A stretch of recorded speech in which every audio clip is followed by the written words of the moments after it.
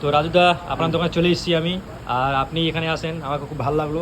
আর আপনি একটা আসবা। হ্যাঁ, আর আপনি একটা আপনার যে ইউটিউব চ্যানেল আছে সেই চ্যানেলটার নাম হচ্ছে রাজু বিরিয়ানি, রাজু ভি বিরিয়ানি। বিগ বিরিয়ানি, হ্যাঁ V V V V biryani. হ্যাঁ। তো আপনি এই ফেসবুকে সরি ইউটিউবে কাজ করছেন, তো হ্যাঁ। আপনাকে কিরকম লাগছে ইউটিউবে কাজ করার মধ্যে? আপনাকে কি পাচ্ছেন? ইউটিউবে কাজ করার প্রবলেমটা সেরকম বিষয়টা না, বিষয়টা হচ্ছে দেখো আমার দোকান আছে, আমি চাচ্ছি যেন আমার যেগুলো কাস্টমার আছে এগুলো আসে, ওরা যেন জানে যে না দাদার দোকানে কি কি পাওয়া যায়, কি কি মানে মাঝে মধ্যে আবার কিছু মানে অফারও থাকে, ওই হিসেবে আমি চ্যানেলটা খোলা হয়েছে।